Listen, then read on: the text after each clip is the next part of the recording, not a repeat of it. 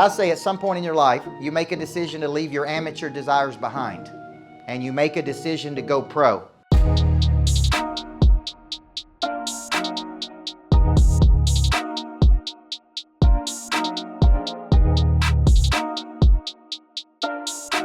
"25 years old, I said, I'll be a good basketball coach, but I'll never be a championship coach." That's what my internal talk was saying to me.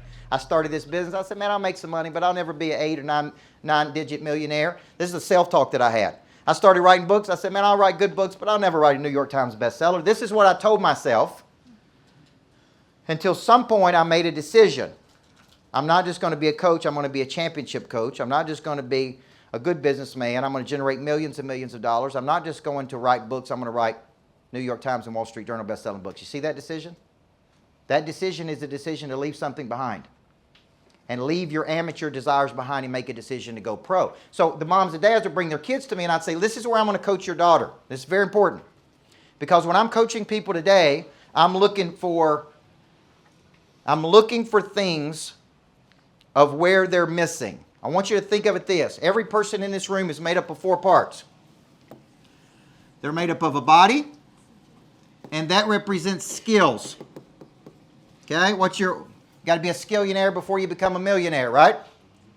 The skills get you the deal. See, Chris don't think I watch his stuff. Hell, I watch it all the time. Half the time I watch it just to see what he's going to say. Right? It's like, do I watch him or do I watch Trump? They're both entertaining, you know? But I watch Chris. Sometimes I'll tell my wife, I say, come over and watch what this dude's saying. It's hilarious, right?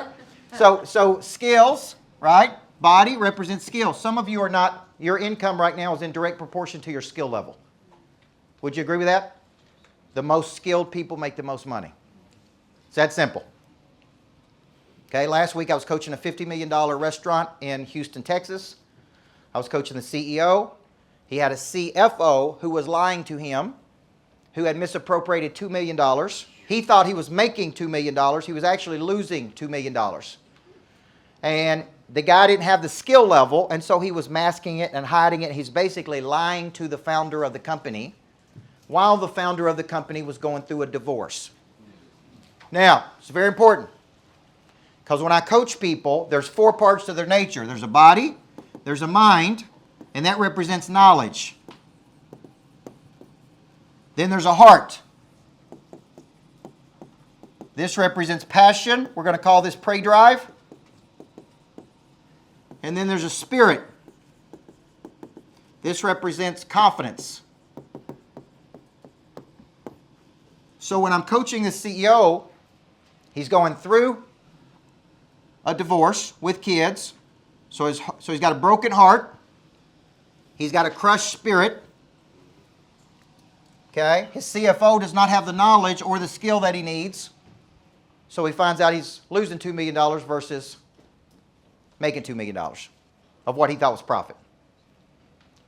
So look how fast you can diagnose somebody. I guarantee if Chris lined every single person up here and said, let me coach you for 15 minutes, he can diagnose in the first 15 minutes, or really probably first 5 minutes, where you're deficient. You are either deficient in knowledge, you're deficient in skill, you're deficient in prey drive, or you're deficient in confidence. Everybody see that? This was what I was coaching the players on. So I would look at a player and I go, man, she's got the skill, but she don't have the confidence. Confidence is a memory of success. It's an internal knowing that you can create or manifest something. Confidence is a memory of success. So I was doing a podcast with Dan Martell a few weeks ago who wrote Buy Back Your Time.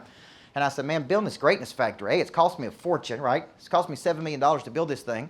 And I said, you know, there's days that I go home and I tell my wife, I said, this would either break some people emotionally or it would break them financially. And he said, go back to a time in your life when your back was against the wall that you didn't figure out a way to win. Isn't that a good statement? He said, go back to a time in your life when you got knocked down by something or somebody and you didn't figure out a way to win. And that one statement was like, boom. See, when my back's against the wall, my prey drive comes out. See, psychologists will tell you when under extreme pressure, you're going to do one of these 3 things. You're going to come out swinging, you're going to fight, you're going to flee, or you're going to freeze. That's the 3 things you're going to do. If you ask me as a coach what I've seen the last 2 years of people, freezing. Doing nothing, just waiting on something to happen. Right? Just sitting and waiting. Objects at rest, stay at rest unless what? unless acted on by an outside force. You are that force. You can create. You don't sit. Sitting is playing defense in my world of being a former basketball coach. Everybody with me? Sitting is we're going to sit and wait versus create. Okay? So I would coach the kids in all four parts of their nature, and I started calling this competitive intelligence.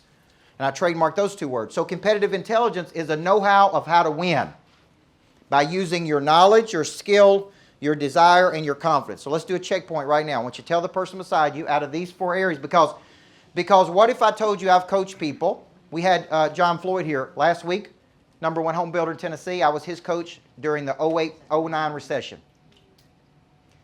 And he said, you know why I hired you, Coach Burt, in 08-09? Because they were building 700 homes a year.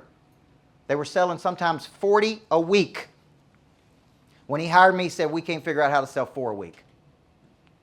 And he told the group this week, he said, I hired Coach Burt in 08-09 because if I was going to go down, I wanted somebody to hold my hand. I was like, well, he paid me $250,000 to hold his hand. I'm like, okay, I'll take that. I'll hold your hand for $250,000 too. Now, here's my point, though. You know, last year he made $55 million personally. He said in his meeting last week that he had $100 million of cash in the bank today. He's worth $350 million. And in 08-09, he couldn't figure out a way to sell one house.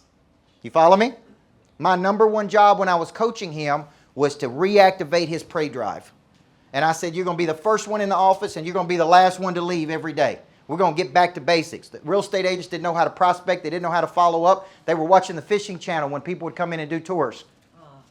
Those agents went from making $300,000 a year in good times to $30,000 a year because they didn't have the skills.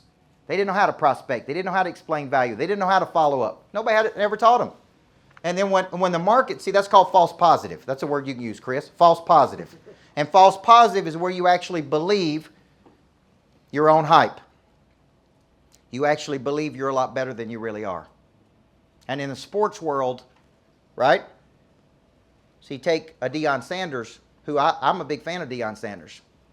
But when he played Oregon, what did it expose? When they got beat 42-50 to nothing, it said, look, y'all are not that good yet. You brought in a lot of money. They won 0 games before he got there. They won 4 or 5 this year. But what happens in competition is the competition actually exposes your weakness. Would you agree? So if you don't have the skill, the competition actually can see that because you don't know how to win at that level. You don't have that competitive intelligence, which is why you're here. So along the way, we started winning games, and people started asking me, how are you winning all these games? And what that started doing is I started going, okay, why don't I just sit down? It's championship night right there. I wouldn't trade that for anything. There's no night in your life when you're the best at something that you'd ever train for anything, no matter how hard you had to work for it, to be the best, right? And so along the way, I wrote all these books because people are always asking me, what are you doing to win? And I call that inner engineering the players to win, okay? Now, when you think about it, that ended up, Chris, this is where Chris met me when I spoke at 10X in 2018. And I got off stage and people asked me, what did you learn at this? And here's what I learned. I learned that those people on stage were not any better than me. They were better marketers than me. Everybody with me? This is where I built relationship with Tim Grover. He and I are still good friends. We talk every week, me and Grover.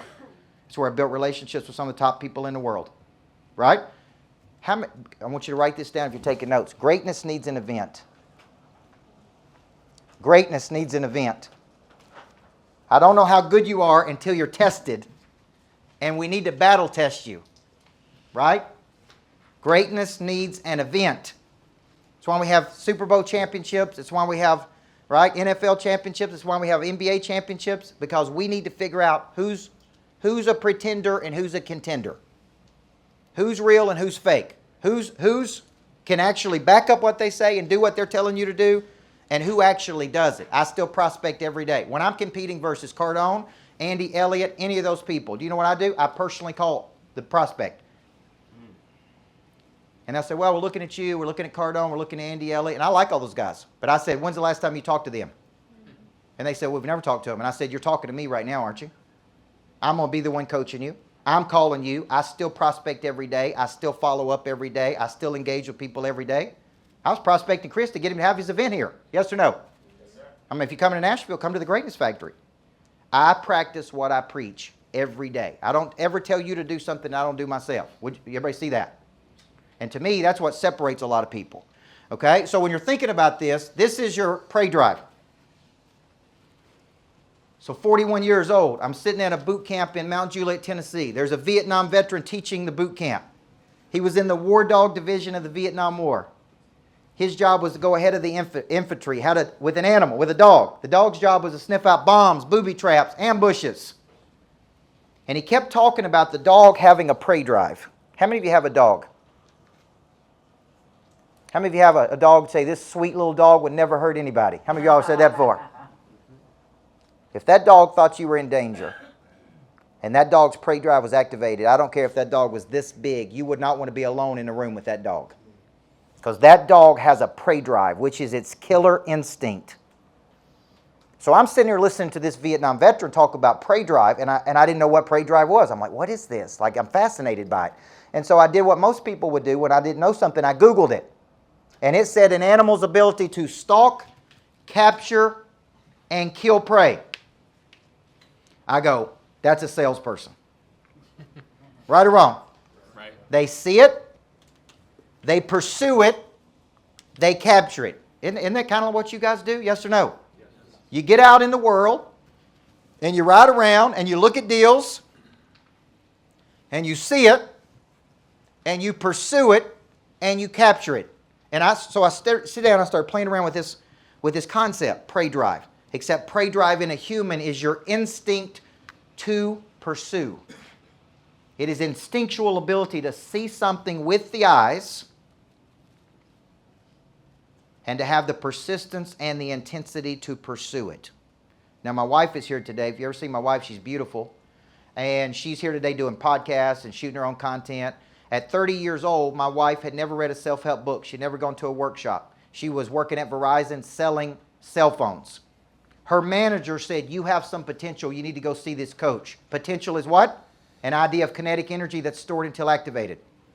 She comes to a $47 workshop. She sits in the back. She takes notes like crazy. When she was finished, she walked right up to me and she said, I need to meet with you. And she was really pretty. And I go, I'm available right now. My prey drive kicked in. And we have 3 kids, so apparently that converted to sex drive, right? So she walks up to me, and here's what I said.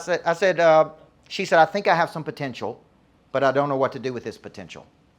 I think I have dreams, but nobody's ever coached me on those dreams. She said, you've coached me more in the first 2 hours of this workshop than I've ever been coached in the first 30 years of my life. I said, I got 4 questions for you. Number 1, what do you love doing? What gives you energy? Not sucks all your energy. What do you love doing? Okay? One definition of passion is an irresistible belief for motive or action. But what if I told you one definition of passion is to suffer? Are you willing to suffer? Chris talked about almost going bankrupt twice. Are you willing to suffer for what you want? That is a long obedience in the same direction. So you see all these people on Instagram, you're like, how are they doing this? And I'm going to do what they're doing. Go back and track their actual record on how many years it took them to actually do it. When did they start doing it to where they are today? How many years have they worked the muscle? How many deals have they followed up on? How many heartaches have they had? How many people have tried to screw them along the way? You with me? Go back and study that part and see if they just keep fighting. So I said to my wife, what do you love doing? Number 1. Number 2, what could you be the best in the world at doing? Not just good, like the best in the world. She said, I love hospitality. I love taking care of people. I can cook without recipes. I said, where is there a need in the world that you can fulfill? That's the economic question. How can you make money doing this? And then the 4th question I said is, what are you supposed to be doing? What are you supposed to be doing? That's your conscience.